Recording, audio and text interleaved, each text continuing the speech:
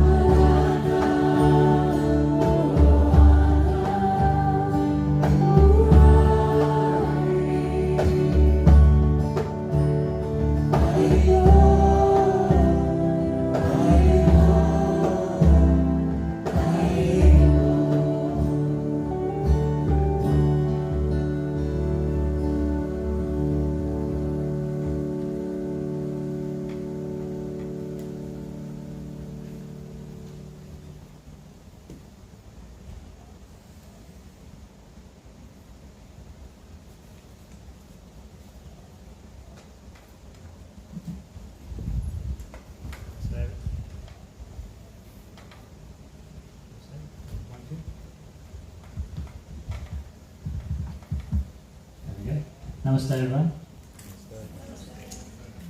Thank you for coming along to Successful Travel the Path of Life. My name's Ben, and you've just been listening to Ashraya from the Gold Coast. They've come to a few of the programs this weekend. You've heard their beautiful chanting. So yeah, tonight is a night where we're going to invite my friend Radha Krishna up to speak about this, to successfully travel the path in life.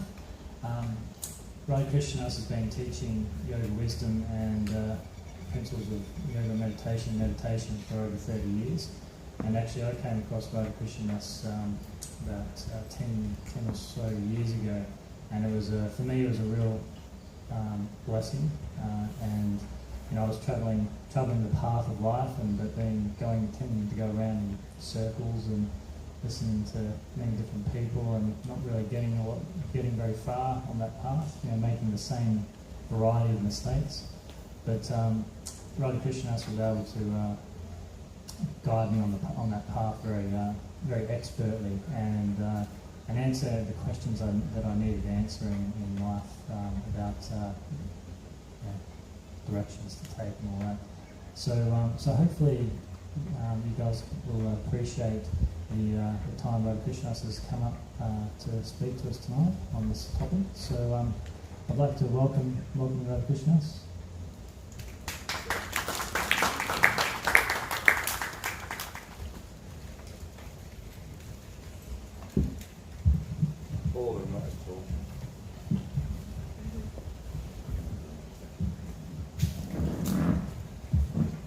How you doing, everyone?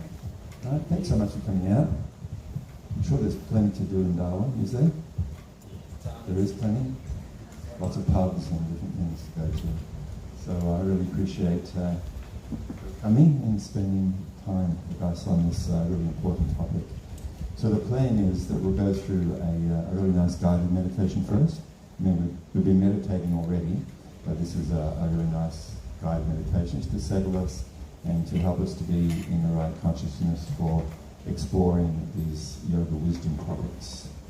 So what we'll be doing is I'll be taking you through a very simple guided meditation, which will include breath awareness, some mindfulness meditation, and then we get towards the end of the meditation and we'll be having some mantra incorporating into our practice. So I'm sure every single one of you is already aware of mantra and how important and how powerful mantra is. Mantra means transcendental sound. So the mantra that we'll be using in this practice is the Gauranga mantra.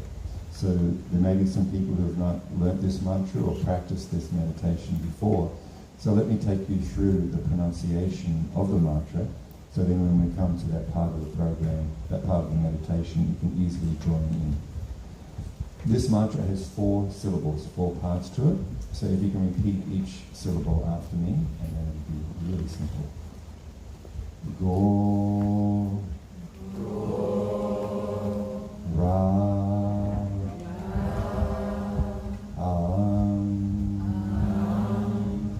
Ga, Go,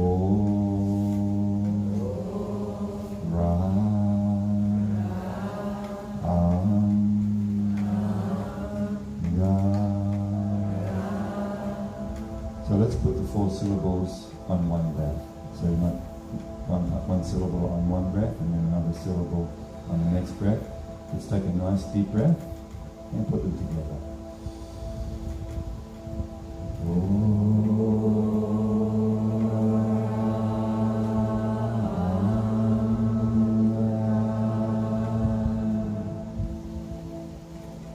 Sweet, beautiful.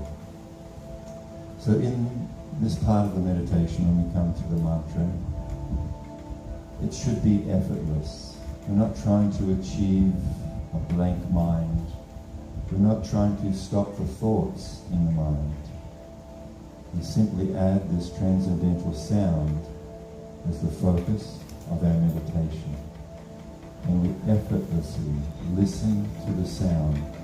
So all we're doing is listening to the sound as we all vibrate this transcendental mantra together.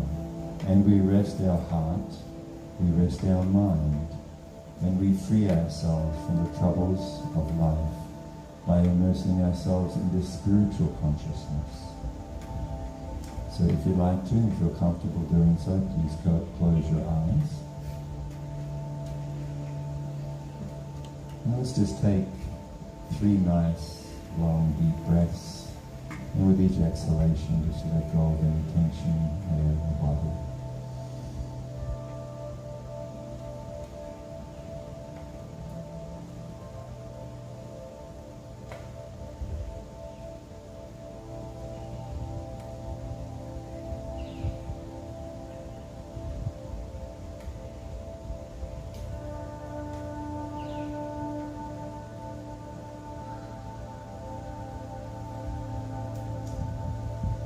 Continue with simple breath awareness.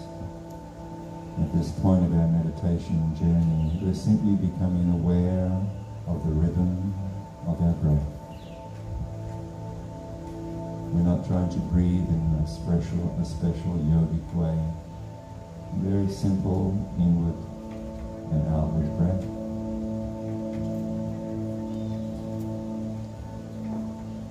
Being fully present for the full length of each inward breath. Experiencing the air as it comes in through the nostrils. Feel the sensation of the breath in your body.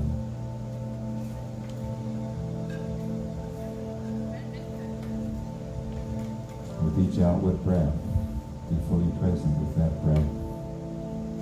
Feel how each outward breath helps us to enter into a deeper state of softness and relaxation.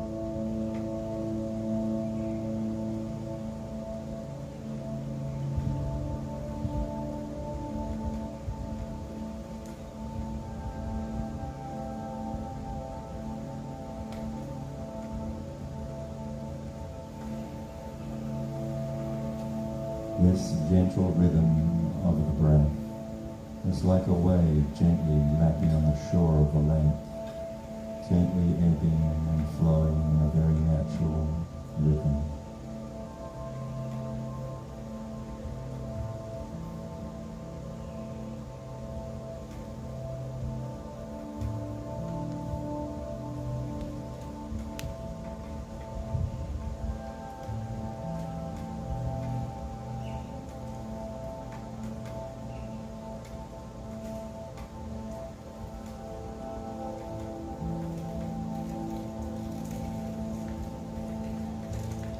Now enter into mindfulness practice, beginning with awareness that you are the observer of your breath. So just stepping away from engagement with each breath and experience how you are the silent witness who is observing each inward and outward breath.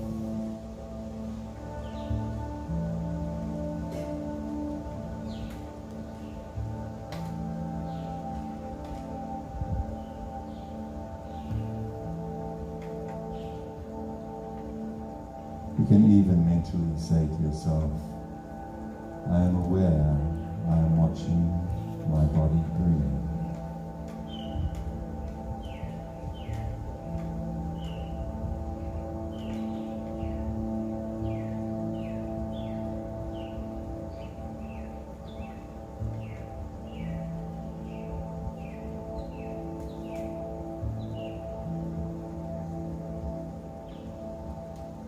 Now let us also step back a little further, and we can experience how we are the observer of the mind and the stream of thoughts which is ever moving through the mind. Simply observing or watching these thoughts as they pass through the mind.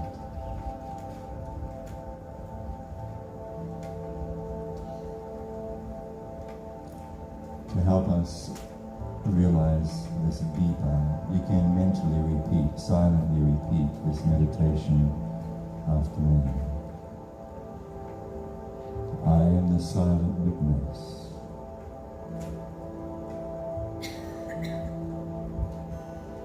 I make no effort to think, but thoughts come automatically.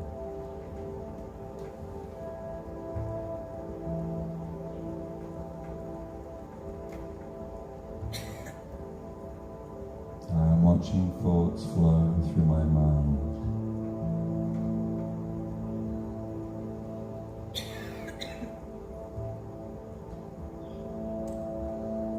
I am aloof from them.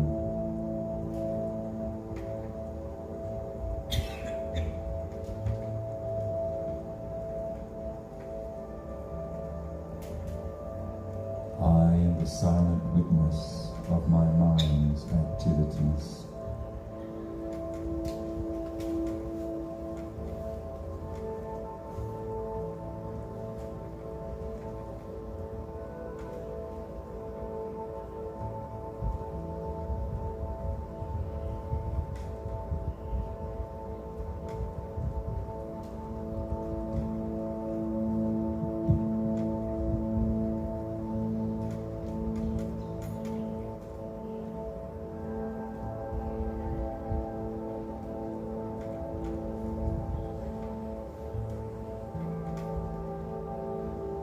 This practice, this ancient yogic practice, leads to a deep and profound realization of the true nature of each of us. The yogi or transcendentalist meditates, Aham Brahmasmi, I am spirit.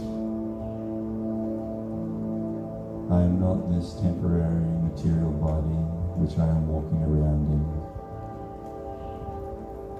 I am not the ever-changing mind, full of desires, fears, plans, concerns. I am the eternal spirit soul, part and parcel of the Supreme Soul.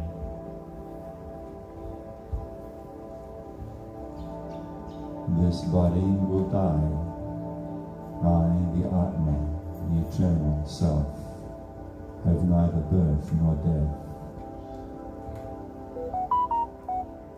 I am eternal and ever-existing, undying. Aham Brahmasmi, I am spirit.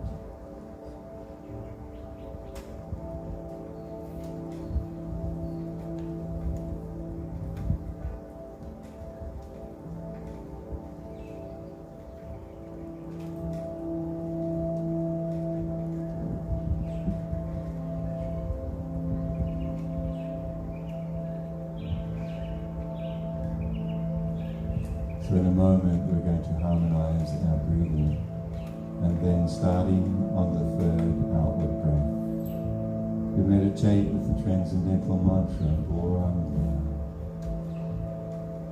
On each inward breath, mentally focus on the mantra silently, and then starting on the third outward breath, we say the mantra aloud, audibly, immersing our consciousness in that transcendental sound, resting in that sound.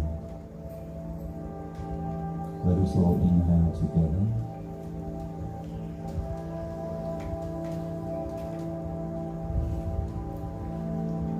Exhaling.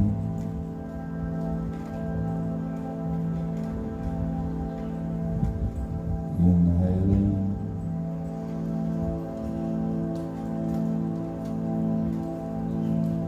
Exhaling.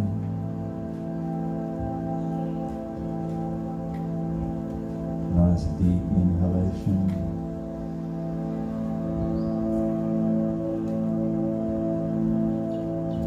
Oh.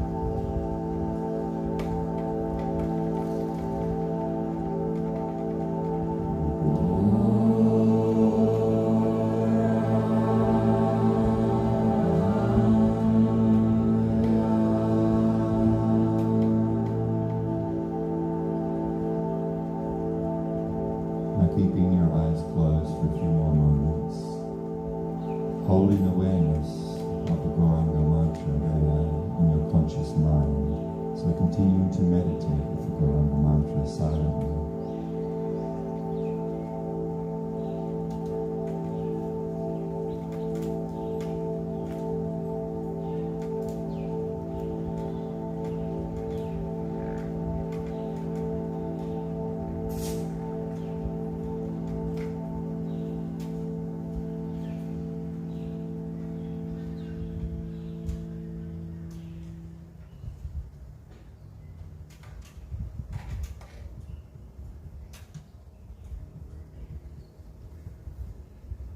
And now when you're ready, you can open your eyes.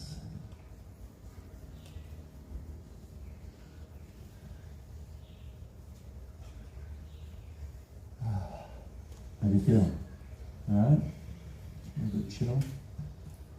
Excellent. Okay. So we will now go into this evening's topic. And thanks very much to my long-time and dear friends, Kalindi and Ben, for inviting us up. We've been on the Gold Coast, and as you know, you guys have much more freedom up here than we've had down there.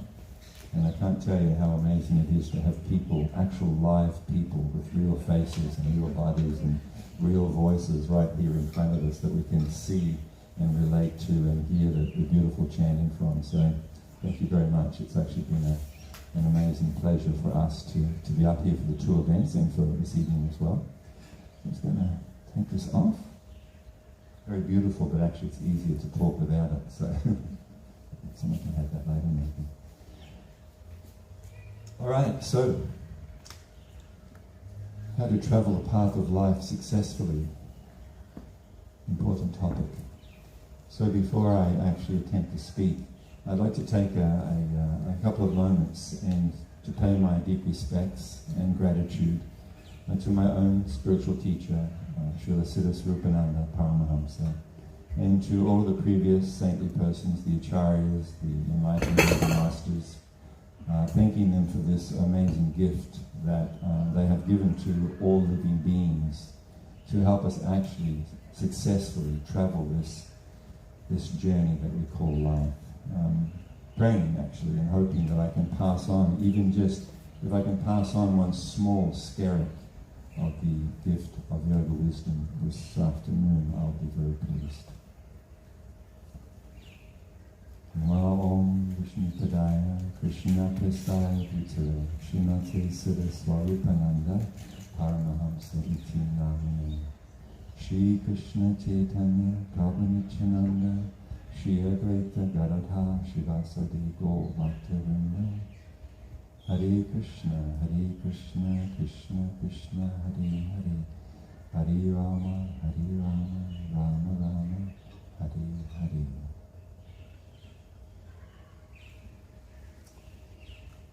So what I thought I'd do is just read a little bit first. It's just an idea on which I based tonight's exploration, tonight's discussion, because it actually very beautifully captures what I'd like to speak about and set the foundation for our introspection and thoughts on this journey that we call life. So this is what I based tonight on. We all set goals in our life and put our time and energy into trying to achieve them. But before spending our limited time and energy pursuing those goals, we should first ask ourselves this question: will this goal really give me the happiness that I seek? This is the question we should ask. Will this goal, which I have put forward in my life, and which I am moving towards, wanting to achieve, will this goal really give me the happiness that I seek? This is a very important question, because if we don't consider it, we could spend our entire life running at full speed, but in the wrong direction. According to yoga, we shouldn't set as our goal of life achievement of things which will not satisfy our hearts, are temporary, and come hand in hand with suffering, Instead, we should learn where true happiness can be found. A happiness that will bring us great joy, will truly satisfy our heart, and will not disappear. There's many things in here that if we listen to them and consider are very profound, very important. Once having learned where that highest happiness can be found, we should live a lifestyle and make the primary focus of our time and attention on those yoga processes and practices that will help us achieve that goal. So there's many points for discussion here. And I thought we could maybe begin with this idea that if we don't consider and ask ourselves this question, will this goal in life that I have set, will it bring me happiness? Because as we're reading there at the end, if we are spending our life full speed ahead to achieve a goal, but it's in the wrong direction, then our life, our short time here, will have been not used to the highest potential. Has anyone here, you probably haven't, anyone here heard of an American footballer from many years ago called Ronald Reagans? Anyone? No, it doesn't surprise me. He was an American football player, I think back in the 1930s. And because of a particular game, he became, I was going to say famous, but actually the word is probably infamous. He became known as Wrong Way Regals for a particular incident that happened. So even if you're not fully familiar with American football, I know you'll understand the goal. The goal is to score a goal. So, you run in a certain direction, and you've got the dead goat or whatever it is, what the football's made out of, the dead cow or the dead pig or whatever footballs are made of, and you're throwing it around or kicking it, and then you've got to get it to the other end, and then you place the football down or whatever particular type of game it is. So in this particular incident, Regals, I think he was the halfback, he received the ball. And as he was receiving the ball, he got bumped by the defenders from the other team and was battered and banged around, which is part of the game of football. But he somehow held on to it and then started running towards the goal, and he was a speedy halfback. So he was outrunning all of the opposing team who were chasing him. And he heard the crowd was roaring, which he thought was cheering him on to run harder and faster to achieve the touchdown. And he could hear, he was motivated by the roaring of the crowd. But what he didn't see was actually his fellow teammates who were chasing him to stop him. Because as he got bumped in receiving the ball, he got disorientated. And due to that disorientation, he was actually running towards the opposite goal and about to score a touchdown for the opposing team. So the whole crowd, because he was on his home turf, the whole crowd was screaming, "You're going the wrong way! You're going the wrong way!" And he thought, they're cheering me on. Yes, I'm going to win. It was like towards the end, and he's going to win the touchdown. He's going to win the whole game. It was like the end of the year, whatever they call it, the end of the year kind of championship. And then he realized at the end that he'd actually run the wrong way, completely as fast and as hard and as focused and as directed as he could. So the question that yoga asks, what is our goal? What is the foundation for our full steam ahead in achieving our goals, right? Because we're always encouraged. You should have a goal in life, right? Otherwise we just wander aimlessly through life, or we follow that idea of, what's it called? Follow your bliss. Yeah? Just follow your bliss. Have you heard that saying? Follow your bliss. It's kind of like, basically just do whatever your mind tells you to do. Whatever ideas your mind puts forward, just follow it and go with the flow. Now the guy who actually came up with that saying, I read this interview with him many years later, and he was really disturbed that people were taking it in the exact opposite way to how he proposed it.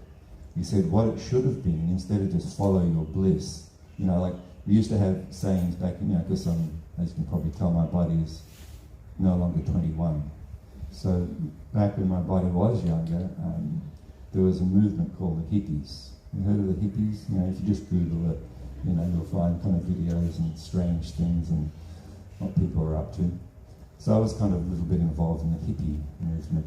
And the saying wasn't follow your bliss. It was, if it feels good, do it. Same idea. Follow your bliss means if it feels good, just do it, right? Same idea. So this guy who came up with this follow your bliss thing, after years later, he said, you know, people think it just means do whatever you want to do. If it's, you know, follow your flow, just go with it, brother. Just flow with it. Just do whatever you feel, however you're moved in the moment. Just do that and be free. Now, we may not get into tonight because we have a short amount of time, but this is not actually leading to anywhere except to a waterfall at the end of the stream that you're flowing with. So what he said actually a better way of understanding this is follow your blisters. Follow your blisters. So it means put in the work that you need to do to achieve the goal which is important in life. So rather than follow your bliss, which basically just means, you know, like I said, following whatever your mind is putting forward. You know, I don't know what your mind is like, but if I was to do that, I would end up pretty crazy.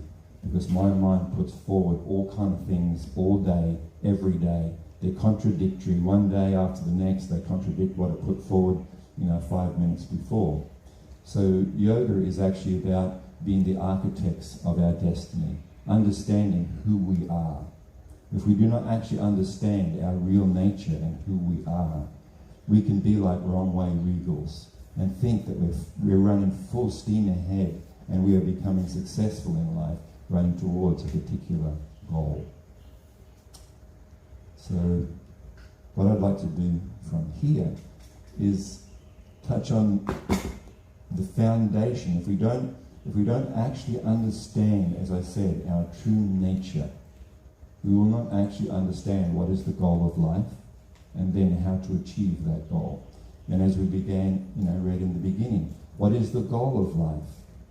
Anyone? What is the goal of life? You can say whatever, you know, there's no like, I'm not looking for a right answer, I'm just looking for an answer. But you guys are all deeply spiritual, aren't you? You're all into yoga and stuff and meditation, so you'll put forward some really, really far out, deep kind of answer. Aren't you? You're all yogis and stuff, aren't you? Spiritual seekers. Being able to look at yourself in the mirror and not... Being able to look at yourself in the mirror, that's the goal of life. And look back and go, you're wonderful. Maybe being able to see yourself in the mirror. See yourself.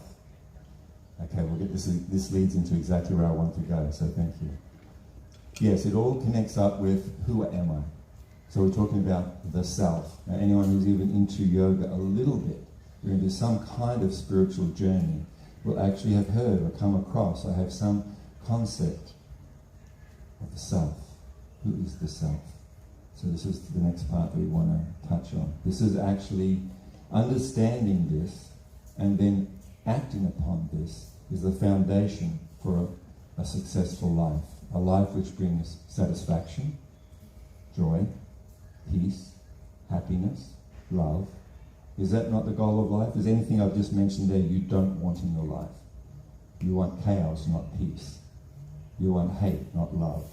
Do you think what I said there could be considered part of your goal in life, if not your goal in life? And why we do what we do to achieve these things? So let's look at the nature of the self. Who am I? This is actually life's most essential and important question, is to ask, who am I? Why am I here? What am I going to do with this 70, 80 odd years, which I may have? No guarantee, of course. We may have 70, 80, 90 years or something like that. Who am I? Why am I suffering? This is also an important question. Is there anyone here who does not suffer at all, ever in your whole life? You've never experienced any suffering from your body or your mind or other people or the weather in the build-up season here in Darwin? I don't come up during that time, I avoid it, but I've heard a lot about it. So suffering is caused to us by this variety of things. The main one is our body, right? All you yogis out there, why do you do yoga asanas? I just feel much more comfortable in my body, right? So the body causes us suffering. The mind is even worse than the body. You can have a fit body and the mind. There's an amazing saying which is perfect. I forget who said it originally. The mind can make a hell out of heaven. The mind can make a hell out of heaven and a heaven out of hell. It's the nature of the mind. So the mind is troubling us. Other living beings give us grief, from someone cutting us off on the road to, well, up here, if you're not careful, crocodiles, other living beings. Mother and I went for a walk this morning doing some japa meditation, and every second house has 6 dogs in it here in Darwin, and they all like to come and greet you, not with a sweet hello, but quite aggressively. And other living, we're trying to meditate and we're and just getting other living beings. Then of course you've got mosquitoes and all kind of stuff, right? I don't need to go through the list, I'm sure you know. Then you've got things like husbands, or wives, or children, or parents, or bosses, or employees, employers, the list goes on. Basically everybody else but me, is causing me grief. How do we get there?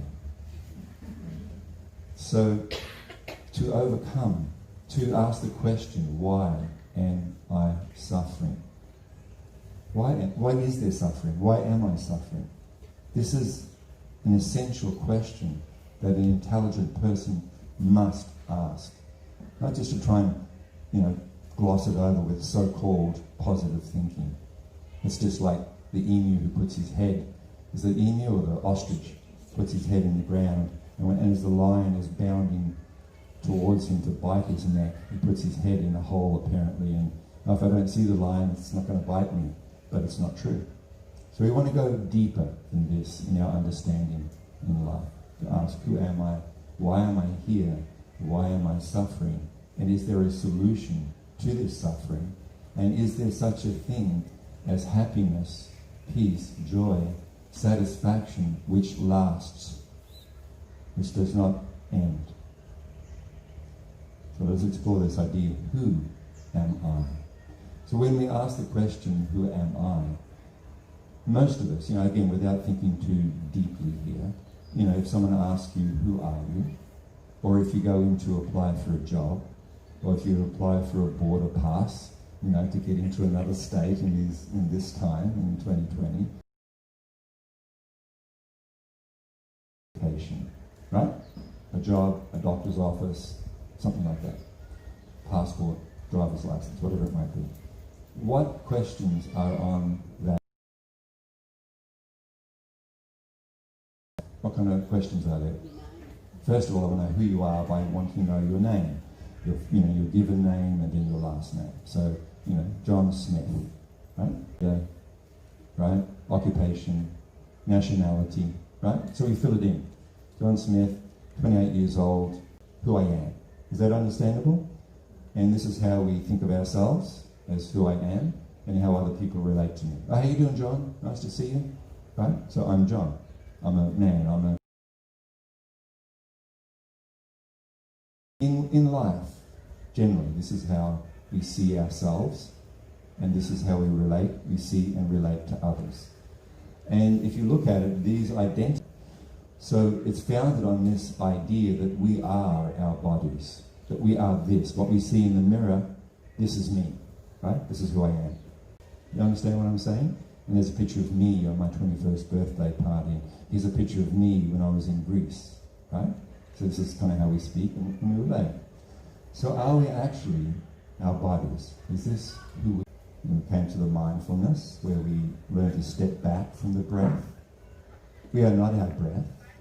We are experiencing the breath. We are the observer. We are the silent witness. Like right now, are you engaged with your heart beating, or is it taking place automatically? Right. And I'm not even aware of it happening. I am aware I'm watching the exhalation. I'm the silent witness. So obviously I am not my breath. I am not my heart beating. We came to the understanding aham brahmasmi. I am different from this body. Walking around in an Australian body, a female body, a tall body, a skinny body. Clothes are not you. They are something which you wear.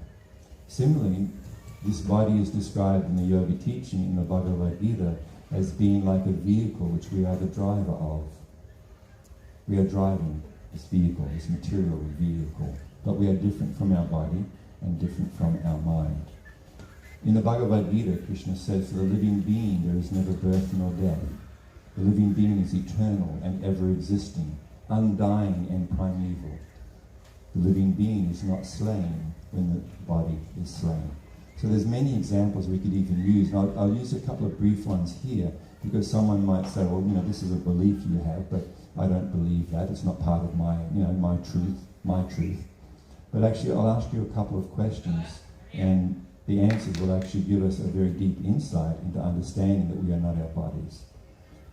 If you is aware that you are existing at this very moment.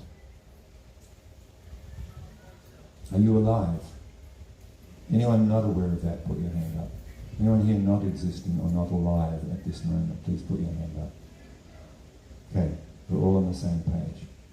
Next question. Are you aware, and did you exist, were you alive 5 years ago? Everyone. 10 years ago. Okay, well, to save some time. If I was to ask you to think back to your earliest memory, the earliest memory you have in this life, what would it be? What's your earliest memory? How old were you and what happened in that earliest memory? I don't mean what your parents told you, but your personal recollection of a particular experience in this life. And think back to that. What was that experience? Visualize that experience. And how old were you when that experience happened? For me, my earliest experience was on the 23rd of March, 1957. I can't give you the exact time, but I can give you the exact date. The 23rd of March, 1957 is my earliest memory. How do I know? It was my 3rd birthday. And my parents gave me this little toy dog, wooden dog on wheels, and as you pulled it along, the head would nod and the tail would wag. Right? And at 3-year-old, it was the coolest toy I could imagine. But my older sister grabbed the string and started running away from me. She's 2 years older than me, and teasing me, and I was trying to catch her to get my birthday present back. So, 63 years ago. So I existed then. I exist now. And when I asked you, did you exist 5 years ago? Yes, you existed then. You exist now. Did you exist 10 years ago? Yes, you existed 10 years ago. You were there. Things happened to you. And you still exist today. And you think back to the memories of 5 years ago and 10 years ago. The body which we have today is not the same body you had 5 years ago. It is not the same body you had 10 years ago, let alone the same body which I had 63 years ago. It is completely 100% changed. There is not one atom, not one molecule, not one cell in our bodies right here today in this room that was there in our bodies 5 years ago. There is a 100% turnover of the structure of the body. I exist today. I existed 5 years ago. I existed 10 years ago. I existed today. Therefore we can begin to understand that we must be different from this body which is always changing. Is that understandable? We must be different from this body which is ever changing. I existed then. I exist now. The body I had then is not the same body which I have now. So I am that constant principle. I am that constant factor. I am the conscious being, the self, who is different from the material body and different from the ever-changing mind. So the meditation is aham brahmasmi. I am spirit. I am of a different nature, different energy than the material body and the material energy. So why bring this up? As I said, if, like wrong-way Regals, who thought he was running in the right direction because he thought that's where his goal was for his team. If we erroneously identify ourselves with this physical body and with the mind, which is full of so many goals, desires, thoughts, feelings, etc., then we can spend our whole life running in the wrong direction, full speed ahead, or actually full speed in reverse. What's actually worse than that is just spinning your wheels. You're not kind of getting anywhere. So what kind of goals, therefore, if you go to a success seminar, what kind of things do they teach you there? How to set goals, right? How to buy real estate so that you can have a good portfolio, right? All things like that. So we usually look at success as being things like, maybe sporting success becomes our goal. We're going to go to the Olympics or whatever it might be. Business, success in business, right? These are different options that we can have. Success in achieving perfect physical strength and a six-pack and Brazilian butts and big leg days and thighs and this and that or whatever. There's so many goals that are put forward to us, usually centered around name, fame, reputation, financial success, etc., etc. Isn't this usually how? Before I came, I did read the dictionary definition of success, and it usually centered around what is successful. So how do we judge what is a successful life? Again, it is completely and totally rooted in who we think we are, how we identify ourselves, and this actually determines the platform by which we can achieve success. So how do we even gauge success? What can you do to gauge success? Well, if you are wanting to become, a champion athlete, you can gain it by how many cups you win, right? Whether you get to the Olympics or you get to a Commonwealth Games, and you can say, yes, my life is a success. But you'll notice also that all of these things are difficult to attain. They take a lot of effort, determination, motivation, and then when we achieve them, do they come up to this standard that we discussed at the beginning? If we read this again, just to keep a context here.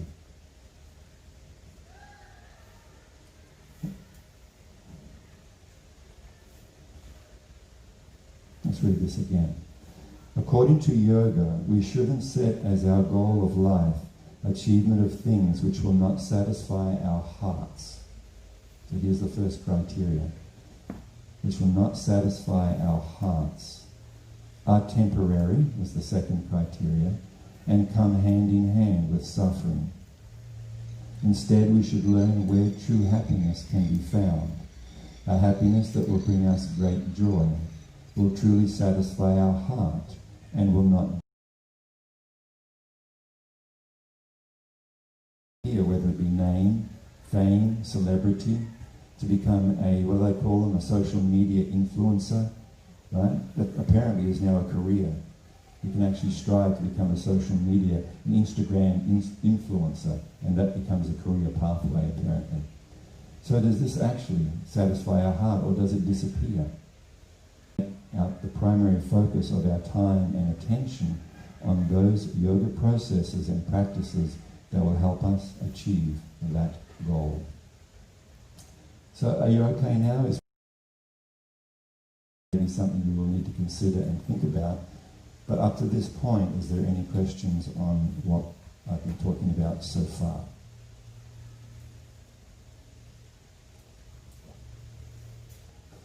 No? Is it okay? No one's got any disagreements or things they'd like to say? Okay, so now we're resting on the internal spark of or part of the Supreme behind. Are you aware of that? You can't take it with you. There's no way to take one of those things with you. Nothing. You can't even take the shirt off your back with you. You can't take your name, your fame, your reputation, your bank balance, anything. All gone. I can't remember the exact quote, but there's something Christ spoke about in the Holy Bible about not having your treasure where moths will eat it and rust will rust everything away. Something like that, if I recall. And he's talking about not making your house on the beach at low tide, because as the tide comes in, it takes everything away. You've all heard these ideas? So this is also a yogic understanding. This is reality, this is truth. So therefore, understanding that we are spiritual, part and parcel of the Supreme Soul, the Supreme Being, this changes completely on what we see as being our goal, our purpose in life. And then we look at ways by which I can achieve that goal, that purpose. Is that understandable? Now we have a different paradigm by which I can actually judge whether I am running full steam ahead in the right direction or in the wrong direction. So we come back to what were we looking for? We're looking for joy. We're looking for satisfaction in our heart that does not finish. We're looking for happiness. But what is the main thing that we're looking for? What is it that we actually all desire, no matter what it is? Love. Anyone disagree? Love? Anyone here doesn't want love? No, from the moment we are born, right? Yes, but what is love? Is it just a feeling? What is love? Even to define love, most people can't even define love. So love is a two-way street. It's not just a thing floating around. Yeah, love, all you need is love, just love. According to the deepest yoga teaching, this is the goal of life. The goal of life is to uncover our natural me from outside of myself. No one can give me this. It is part of my very nature. So that the practice of meditation, the practice, sure you're all aware, there is much more to yoga than the physical postures, etc. It is actually a journey of self-discovery. It is a part of spiritual nature, and then how to act upon that in every moment of my life. So that, again, I'm sure many of you are aware, because I think many of you are friends of Ben Flinders, and many of you may to join together. So the goal of life and the goal of spiritual life, the goal of yoga, Atma, or this, or God in simple terms. So it is this cultivation of this eternal, loving, reciprocal goal. And which brings us to this, what we're doing here tonight, and these different practices and processes of yoga, these transcendental of all the misconceptions, the misunderstandings of our true nature, our identity, what is known as nescience or Maya, or of why I'm like wrong way regals and maybe running in the wrong direction full speed. What the goal of life is. The goal of life is self-realization. And then understanding this, then I can, maybe their goal is to go to the Olympics. What does that person have to do when they set that goal? It encompasses every aspect of their life, doesn't it? Is there any Olympians here, or aspiring Olympians? So if the person wants to be, a champion athlete, what do? They have to watch their diet. They can't just live on Maccas and chippies, right? Watch their sleep. They have to get enough adequate sleep. What else do they need to do? They've got to put in time, either in the gym or on the track or whatever it might be, to put in that. So it isn't just a thing like follow your bliss. It's follow your blisters. In other words, from that, then have a clear understanding of what is the goal of life, having now had that. So the same things that we do in material life, these same principles in that sense apply just by feeling it or hoping for it or saying affirmations or demanding something from the... But it's a waste of time. Anyone here into the secret? Do I need to defend myself here? Because it's nonsense or not, just for the sake of discussion. Let's say it is absolutely true, and this can happen and does happen. What are the goals that people who put forth? Manifesting or something like it. Huh? No, that's something attraction. Okay, I want a new car, so let me follow the steps, in the secret, right? I want a new car. So what? Who cares? That's also going to rust. It's going to get old. And, apart from the first month, anyone ever get a new car Saturday and stepping back and looking at it, just feeling this warmth in your heart? Let's cut a year ahead. Care anymore. Okay, so you just manifested it, the law of attraction worked, you got your car. Are you from the universe and it rushes to give me what I want? It's like a bratty kid. That whole thing is... Have you ever seen, like, if you don't have kids, those who have kids know exactly what I'm talking about. It's not in our budget or whatever. They just demand and chuck wobblers and all, yeah? To love me and I can have a relationship with me. This is also what people ask for, right? Thinking this means love. Is there anyone here not over 13? Okay, we're all over 13. That means we've had our loves. And we've had our broken loves. Have we not? Anyone here not had a broken love? Broken heart? No, we all have. What I tell people is, in my earlier days I was a boxer. I fought for 7 years. I've had broken fingers and broken noses and all kind of things. It's a pretty dumb sport. I love it, but it's pretty dumb. Because you get hit. And you hit other people. It's not too bright. So it's quite painful. It is not the broken nose and the broken ribs and the broken hands are nowhere near as painful as a broken heart. They do not even come close. Okay, so I manifest through the law of attraction this person or through some other means or something, and I get them to love me. Oh yeah? With a divorce rate around 60%, is that going to bring you the satisfaction, the love, and this, etc., etc.? No. So again, you understand the ideas that I'm putting forward here? We are looking for a happiness which does not have its opposite. Right? Positive thinking, negative thinking. With pain comes pleasure. Right? What's that thing? It's a fine line between pleasure and pain, right?